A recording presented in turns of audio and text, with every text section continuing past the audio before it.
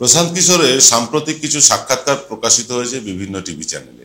সেখানে তিনি বলছেন বিজেপি পশ্চিমবাংলায় এবার সর্বাধিক আসন পাবে, বিজেপি খুব ভালো ফল করবে ইত্যাদি ইত্যাদি। তিনি বক্তব্য রাখার পরেই উল্লসিত বিজেপির ইউটিউব চ্যানেলগুলি, মানে বিজেপির স্পন্সর্ড যে ইউটিউব চ্যানেলগুলি, তারা বেশ উল্লসিত।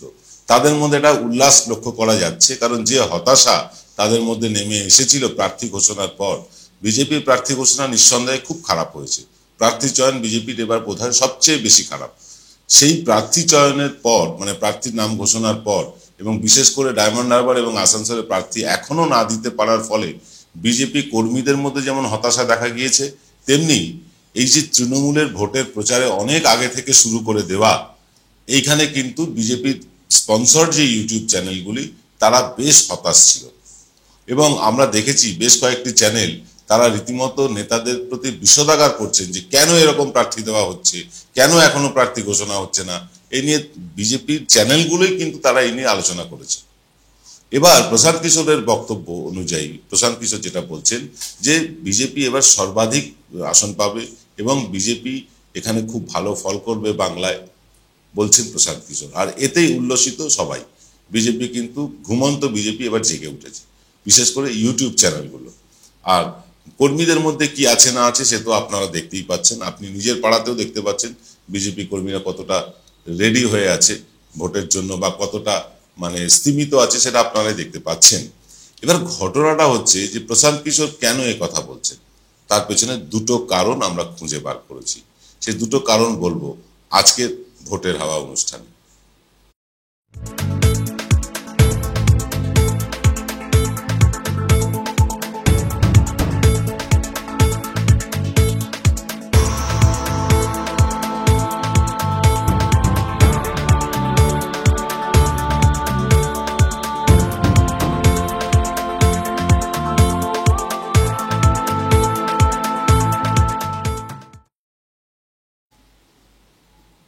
নমস্কার, আদাব। আমি আপনাদের প্রবীর বিশ্বাস। আপনারা দেখছেন বিশ্বজোড়া বাঙালির আওয়াজ এনকে ডিজিটালের প্রভাতী অনুষ্ঠান ভোটের হাওয়া। আজকের ভোটের হাওয়া প্রশান্ত কিশোরকে নিয়ে, বা প্রশান্ত কিশোরের সাম্প্রতিক বক্তব্য নিয়ে। প্রশান্ত কিশোর নামটা উঠলেই সঙ্গে সঙ্গে যে নামটা আসে সেটা হচ্ছে আইপ্যাক। প্রশান্ত কিশোরকে আমরা পশ্চিমবঙ্গবাসীরা চিনেছি আইপ্যাকের তিনি একজন কর্ণধার ছিলেন। সেই হিসাবে প্রশান্ত কিশোর কি এখনো আইপ্যাকের কর্ণধার আছেন? উত্তরটা হলো না। প্রশান্ত কিশোর কি গত বিধানসভা নির্বাচনে যেমনভাবে পশ্চিমবাংলার প্রতিটি কর্নারে তার একটা প্রভাব ছিল, তার একটা প্রচার ছিল, তার কাজকর্মের একটা জায়গা ছিল, সেই জায়গায় কি আছেন প্রশান্ত কিশোর? তিনি কি পশ্চিমবাংলার সমীক্ষা করেছেন? উত্তরটা হলো না। তাহলে তিনি কি করছেন? তিনি তার একটা রাজনৈতিক দল প্রতিষ্ঠার কারণে সারা বিহার চষে বেড়াচ্ছেন, এবং বলা যায় ভারতের সর্বাধুনিক রাজনৈতিক দল তিনি হয়তো প্রতিষ্ঠা করতে চলেছেন। যত দল আছে সবচেয়ে আধুনিকতম দল তিনি প্রতিষ্ঠা করতে চলেছেন, এবং যেটা বিহারের জন্য অত্যন্ত জরুরিও বটে। প্রশান্ত কিশোর পশ্চিমবাংলায় আসেননি সমীক্ষা করতে, এক দুবার এসছেন হয়তো ভোটের আগে, কিন্তু সমীক্ষা করতে আসেননি। পশ্চিমবাংলায় আইপ্যাক কাজ করছে, আইপ্যাকের সাথে প্রশান্ত কিশোরের বর্তমানে কোনো সম্পর্ক নেই, সেটা বলেছেন নিজেই প্রশান্ত কিশোর। তাহলে তিনি এই কথা বলছেন কেন? এই কথা বলার পেছনে দুটো কারণ তো রয়েছে। সেই দুটো কারণ আজকে বলে ছোট্ট অনুষ্ঠানটি শেষ করব। আজকে অনুষ্ঠান দীর্ঘায়িত করব না। প্রশান্ত কিশোরের ব্যাকগ্রাউন্ড আপনারা সকলে জানেন। তিনি ভোট কুশলী, এবং গত বিধানসভা নির্বাচনে তিনি তৃণমূলের তরি পার করেছেন, এতে কোনো ভুল নেই। তিনি বা তার টিম, একা দিয়ে তো কাউকে কাজ হয় না। যেমন এনকে ডিজিটাল, আমি প্রবীর বিশ্বাস একা তো চালাই না, এই আমার সাথে আরো যে আমাদের সহকর্মীরা আছেন সবাই মিলেই এনকে ডিজিটাল। হয়তো আমাকে চেহারাটা দেখা যায়, আমার ফেসটা আপনারা দেখতে পারেন, কিন্তু ক্যামেরার পেছনে অসংখ্য মানুষ আমাদের কাজ করেন বলেই এনকে ডিজিটাল দেখতে পাচ্ছেন। তেমনি প্রশান্ত কিশোর ছিলেন চেহারা, আইপ্যাকের চেহারা ছিলেন, এবং অজস্র কর্মীদের অবদান ছিল। সেই প্রশান্ত কিশোর আইপ্যাক ছেড়ে দিয়েছেন, তিনি নিজেই বলেছেন। আইপ্যাক ছেড়ে দিয়ে তিনি এখন রাজনৈতিক দল গঠনে ব্যস্ত। এই আইপ্যাকের সাথে শোনা যায় তৃণমূল নাকি 450-500 কোটি টাকার একটা চুক্তি করেছিল 2026 পর্যন্ত আইপ্যাকের সাথে, প্রশান্ত কিশোরের সাথে নয়। প্রশান্ত কিশোর আইপ্যাকের একজন উচ্চতম কর্মী ছিলেন, উচ্চতর বলবো না, উচ্চতম কর্মীদের একজন ছিলেন। তিনি চাকরি ছেড়ে দিয়েছেন, কাজ ছেড়ে দিয়েছেন। কাজ ছেড়ে এখন নিজের রাজনৈতিক দল প্রতিষ্ঠার কাজে ব্যস্ত আছেন। এই আইপ্যাক এখনো কিন্তু কাজ করছেন পশ্চিমবাংলায়, তারা কিন্তু বিভিন্ন সমীক্ষা করছেন। এই যে প্রশান্ত কিশোরের যে একটা প্ল্যান প্রোগ্রামগুলো, যেগুলো প্রোগ্রাম তিনি দিদিকে বলো বা দুয়ারে সরকার, এইগুলো প্রশান্ত কিশোর যে ধরনের প্রোগ্রাম এনেছিলেন, সেই প্রোগ্রাম আনার ফলে তৃণমূল কংগ্রেস একটা ভালো ফল করেছিল। কারণ গত লোকসভা নির্বাচনের পর তৃণমূল কংগ্রেসও খানিকটা ঝিমিয়ে পড়েছিল। তাদের 22টা আসন মানে পেয়েছিলেন তারা, 18টা আসন পেয়েছিল বিজেপি। এটা তৃণমূলকে দুশ্চিন্তায় ফেলেছিল। তৃণমূলকে দুশ্চিন্তায় তো ফেলেছিল, কিন্তু তৃণমূল সেখান থেকে বেরিয়ে আসার চেষ্টা করছিল, পারছিল না। প্রশান্ত কিশোর এসে হাত ধরাতে তারা কিন্তু সেই জায়গা থেকে বেরিয়ে এসেছেন এবং বিপুল ভোটে জিতেছেন। এই হচ্ছে প্রশান্ত কিশোর। সেই প্রশান্ত কিশোর বলছেন যে বিজেপি মানে বেশি আসন পাবে, সর্বাধিক আসন পাবে। কেন? এর প্রথম কারণ আপনাদেরকে বলি। প্রথম কারণ, বিজেপির যা সাংগঠনিক অবস্থা, যে সাংগঠনিক অবস্থা নিয়ে বিজেপি ভোটে নামতে চাইছে বা যাচ্ছে, সেই সাংগঠনিক অবস্থায় বিজেপির পক্ষে ভালো ফল করা সম্ভব নয়। আরএসএস বলছে, আমরা বলছি না। বিজেপির মাদার সংগঠন আরএসএস বলছে যে বিজেপি পশ্চিমবাংলায় 9টা আসন পাবে। আমরাও বলছি তাই, আমরাও বলছি বিজেপি সর্বাধিক 9টা আসন পাবে, ডবল ডিজিটে পৌঁছবে না। প্রশান্ত কিশোর বলছেন যে এবার বিজেপি সর্বাধিক আসন পাবে। কারণটা কি? কারণ যেটা খুঁজতে গিয়ে আমরা দেখলাম, প্রথম কারণ আপনাদেরকে বলি যে প্রশান্ত কিশোর তিনি বিজেপিকে আত্মতুষ্টিতে ভুগিয়ে দিচ্ছেন, যার ফল আমরা পাচ্ছি। বিজেপির দেখুন কর্মীদের মধ্যে একটা গা ছাড়া ভাব, পথে নেমে লড়াই করে ভোটে জেতার মতন মানসিকতা, তাদের উদ্দীপ্ত করার মতন কেউ নেই। এক নরেন্দ্র মোদী দিল্লি থেকে আসছেন, মাঝে মধ্যে তিনি সভা করছেন, সেখানে প্রচুর মানুষ আসছেন প্রধানমন্ত্রীকে দেখতে। তারপর 500 টাকার ভাড়াটে লোক তো আছেই, সেগুলো ছেড়ে দিন। এছাড়াও কিন্তু মানুষ মানে প্রধানমন্ত্রীকে দেখার জন্য আসছেন। বিজেপির সমর্থক বলে আসছেন তা নয়, কিন্তু সবাই বিজেপির সমর্থক নন। আর যে ভিড়টা দেখছেন, যে মানে ভিড়টা তো এমনি কম হচ্ছে দেখতে পাচ্ছেন, সেই ভিড়টা কিন্তু সারা রাজ্য থেকে লোক নিয়ে যাওয়া হচ্ছে। এমনকি আমাদের কাছে খবর আছে যে ঝাড়খণ্ড, বিহার থেকেও বিজেপি সমর্থকদের নিয়ে আসা হচ্ছে মোদির সভায় ভিড় করার জন্য। এবং মোদি যে বক্তব্যগুলো রেখে যাচ্ছেন, তার কোনো ইম্প্যাক্ট কিন্তু পশ্চিমবাংলায় পড়ছে না। লক্ষ্য করে দেখুন, মোদির বক্তব্য নিয়ে আগে যেমন বিশাল ইম্প্যাক্ট হতো, সেই ইম্প্যাক্ট হচ্ছে না। কিন্তু সবচেয়ে বড় ব্যাপার, মোদি ধূপগুড়িতে সভা করলেন, তার 2 দিন আগেই একটা ব্যাপক ক্ষয়ক্ষতি হয়ে গেল, প্রাকৃতিক বিপর্যয় হয়ে গেল। মমতা বন্দ্যোপাধ্যায় সঙ্গে সঙ্গে ছুটে গেলেন। মোদি একটা শব্দ উচ্চারণ করলেন না। মোদি সন্দেশখালী নিয়ে বলতে এসেছিলেন পশ্চিমবাংলায়, মণিপুরে যাননি। মানুষ এগুলো নিচ্ছে না, এগুলো কিছুতেই নিচ্ছে না। মানুষ বুঝতে পারছে মোদির গ্যারান্টি যে জুমলা, আমরা আগেও দেখেছি। মোদির গ্যারান্টি ছিল 15 লক্ষ টাকা পাবো, পাইনি। 2 কোটি বেকারের বছরে চাকরি পাবো, আমরা সেটা দেখতে পাইনি। আমরা দেখতে পাইনি বিদেশ থেকে কালো টাকা আসতে, উল্টে দেশের টাকাই বিদেশে চলে গিয়েছে। এরকম তো হয়েছে। মোদির গ্যারান্টিতে কেউ আর বিশ্বাস করছেন না। তাই মোদি একমাত্র বিজেপির স্টার প্রচারক বলা যায়। আর শুভেন্দু, সুকান্ত তো নিজের এলাকায় গ্যারেজ হয়ে গিয়েছেন, তিনি নিজের এলাকা নিয়েই ব্যস্ত, তিনি নিজের সিট বাঁচাতে ব্যস্ত। বাকি রয়েছেন শুভেন্দু। দিলীপ ঘোষকে যদি আপার হ্যান্ড দেওয়া হতো, তাহলে হয়তো দিলীপ ঘোষ সারা রাজ্য চষে বেড়াতেন। শুভেন্দুকে কিন্তু একদম ততটাই স্তীমিত লাগছে যতটা কিন্তু দিলীপ ঘোষকে দেখতে পাচ্ছি আমরা। দিলীপ ঘোষকে আজকে কথায় কথায় টিভিতে দেখা যাচ্ছে, ইউটিউবে দেখা যাচ্ছে শুভেন্দু অধিকারী আউট। কারণটা কি? তিনি দুশ্চিন্তায় আছেন তমলুক আর কাঁথি আসনটা নিয়ে। যা পরিস্থিতি চলছে, তমলুক এবং কাঁথি যদি বিজেপি হেরে যায়, অবাক হবেন না আপনারা। এরকম পরিস্থিতি চলছে।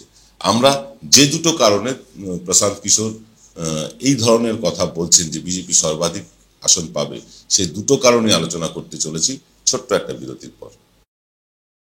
জয়গুরু রত্নভান্ডার জ্যোতিষ সীমা, এখানে গোল্ড মেডেলিস্ট জ্যোতিষী বসেন। হাই কোয়ালিটির আসল গ্রহরত্ন সবচেয়ে কম দামে এখানে পাওয়া যায়। স্থান বেলঘড়িয়া, রানীপার্ক, বটতলা, 2 নম্বর রেলগেটের নিকটে। 9681345722 এবং 9007778922। সেরাই যখন হাতের কাছে, অন্যটা কেনই বা কিনি। আজ বাঙালির ঘরে ঘরে একটাই নাম, সুন্দরিনী। সুন্দরিনী সুন্দরিনী সুন্দরিনী সুন্দরিনী। ফিল্ড বিরতির পর আপনারা দেখছেন এনকে ডিজিটালের প্রভাতী অনুষ্ঠান ভোটের হাওয়া। প্রশান্ত কিশোর নিয়ে আলোচনা করছিলাম। প্রশান্ত কিশোর তিনি বলছেন বিজেপি এবার সর্বাধিক আসন পাবে, আর তাতেই দু হাত তুলে উদ্বাহু হয়ে নাচতে শুরু করেছে বিজেপি স্পন্সর্ড চ্যানেলগুলো। আপনারা দেখতেই পাচ্ছেন এই বিজেপি স্পন্সর্ড গুলোই দুদিন আগে তারা বিজেপি নেতাদের দুষছিলেন কারণ প্রার্থী দেওয়া যাচ্ছে না, কারণ প্রার্থী চয়ন ভালো হয়নি বলে। আজকে প্রশান্ত কিশোর যেই এই কথাটা বলেছেন সঙ্গে সঙ্গে তারা উদ্বাহু হয়ে নাচতে শুরু করেছে। কারণটা কি? আর প্রশান্ত কিশোর বললেনই বা কেন? প্রথম কারণ, বিজেপিকে আত্মতুষ্টিতে ভাসিয়ে দেওয়া। বিজেপি জানে তাদের হাতে কিচ্ছু নেই, কিন্তু যখনই প্রশান্ত কিশোর বলছেন, যে প্রশান্ত কিশোরকে তারা গত বিধানসভায় সাপসাপান্ত করেছেন, গালিগালাজ করেছেন, সেই প্রশান্ত কিশোরের প্রশংসায় পঞ্চমুখ হয়ে গিয়েছেন। প্রশান্ত কিশোর এটাই চাইছিলেন যে তার কথায় ভরসা করে বিজেপি যেন নির্বাচনে ঢিলে দিয়ে দেয়। বাস্তবে তাই দিয়েছে, বাস্তবে তাই হয়েছে, নির্বাচনে ঢিলে দিয়েছে। কাল থেকেও, আজকে এই কথা বলছি তো, কাল থেকে যদি বিজেপি সজাগ হয়ে পথেও নামে সেটা অনেক দেরি হয়ে যাবে, অনেক দেরি হয়ে যাবে। প্রশান্ত কিশোরের মাস্টার মাইন্ড কিভাবে কাজ করছে দেখুন। প্রশান্ত কিশোর বলছেন তামিলনাড়ুতে বিজেপি এবার ভালো ফল করবে, কেরালায় ভালো ফল করবে। বিশ্বাস হয় কথা? হয় না। প্রশান্ত কিশোর কখন না যে গোবলয়ে কিন্তু একটা বড় ডেন্ট পড়তে চলেছে বিজেপি। প্রশান্ত কিশোর এটা বলছেন না গুজরাটে 3টে আসন কম পাবে অন্তত বিজেপি। প্রশান্ত কিশোর বলছেন না মহারাষ্ট্রে বিজেপির ভরাডুবি হবে। তিনি পশ্চিমবাংলা নিয়ে বলছেন, কারণ পশ্চিমবাংলাকে মানে পাখির চোখ করে বিজেপি এগোতে চেয়েছিল। এখানে 42টা আসন, অন্তত 25-30টা আসন যদি এখান থেকে তারা পেত তাহলে অনেকটা স্বস্তিতে থাকত। প্রশান্ত কিশোর সমস্ত বিজেপি কর্মীদের একটা আত্মতুষ্টিতে ভুগিয়ে দিলেন, আর এই ফাঁদেই পা দিয়েছে বিজেপি স্পন্সর্ড ইউটিউব চ্যানেলগুলো। তারাও ছড়াতে শুরু করেছে একই কথা, টেলিভিশন চ্যানেলও ছড়াতে শুরু করেছে এই কথা। এতে পারসেপশন করার সময় নেই। প্রশান্ত কিশোরের কথায় মানুষ ভরসা করবেন সে সময়টা নেই কিন্তু, কারণ বিজেপি অনেকটাই পিছিয়ে পড়েছে প্রচারে, প্রসারে, ধারে ভারে সব দিকে। এটা হলো প্রথম কারণ। আর দ্বিতীয় কারণটা খুব অনিবার্য, সেটা হচ্ছে গত বিধানসভা নির্বাচনে আশাতীত ফল করেছিল তৃণমূল কংগ্রেস। যখন আপকি বার 200 পার, আপকি বার 200 পার চেঁচামেচি হচ্ছিল বিজেপি নেতাদের তরফে, সমস্ত টেলিভিশন চ্যানেল, সমস্ত সমীক্ষক সংস্থা সকলে মিলে বলেছিল, কেউ বলেছিল 198 আর সর্বাধিক কেউ বলেছিল 214 না 230টা। আমরা একমাত্র চ্যানেল, আমরা বলেছিলাম যে বিজেপি 80টার বেশি আসন পাবে না। প্রশান্ত কিশোর বলেছিলেন বিজেপি 3 ডিজিটে যাবে না, অর্থাৎ 100 পার করবে না। আমরা আরো কম করে বলেছিলাম বিজেপি 80টা আসনের বেশি পাবে না। কার্যত দেখা গেল কি বিজেপি 77-এ আটকে গেল। এই যে 77-এ আটকে গেল এবং তৃণমূলের যে ব্যাপক জয় হলো, সেখান থেকে তৃণমূল কর্মীদের মধ্যে একটা গা ছাড়া ভাব এলো। এবং গা ছাড়া ভাব শুধু এলো না, পঞ্চায়েত নির্বাচনে বিরোধীদের যে অবস্থা, তৃণমূল বিরোধীদের, বিজেপি, সিপিএম, কংগ্রেস, এদেরও একটা গয়ঙ্গচ্ছভাবে ভোট সারবার একটা পদ্ধতি দেখলাম আমরা। কারণ হচ্ছে একটাই, এরা কিন্তু বিরোধী দলগুলো মানে বিধানসভায় পর্যদস্ত হওয়ার পর তাদেরও একটা সেটব্যাক হয়েছিল, তাদেরও মনে একটা মনে আহত হয়েছিলেন। তারাও কিন্তু সর্বশক্তি নিয়ে ঝাঁপাতে পারেননি, কারণ তাদের মনে ছিল যে যারা 213টা আসন একটা বিধানসভায় জিতে যায় তাদেরকে হারানো প্রায় মানে অসম্ভব ব্যাপার। অপ্রতিরোধ্য হয়ে গিয়েছিলেন তৃণমূল কংগ্রেসের 2জন নেতা নেত্রী, অভিষেক ব্যানার্জি এবং মমতা ব্যানার্জি। তারপরে মাস্টার স্ট্রোক ছিল অভিষেক ব্যানার্জির জনজোয়ার যাত্রা।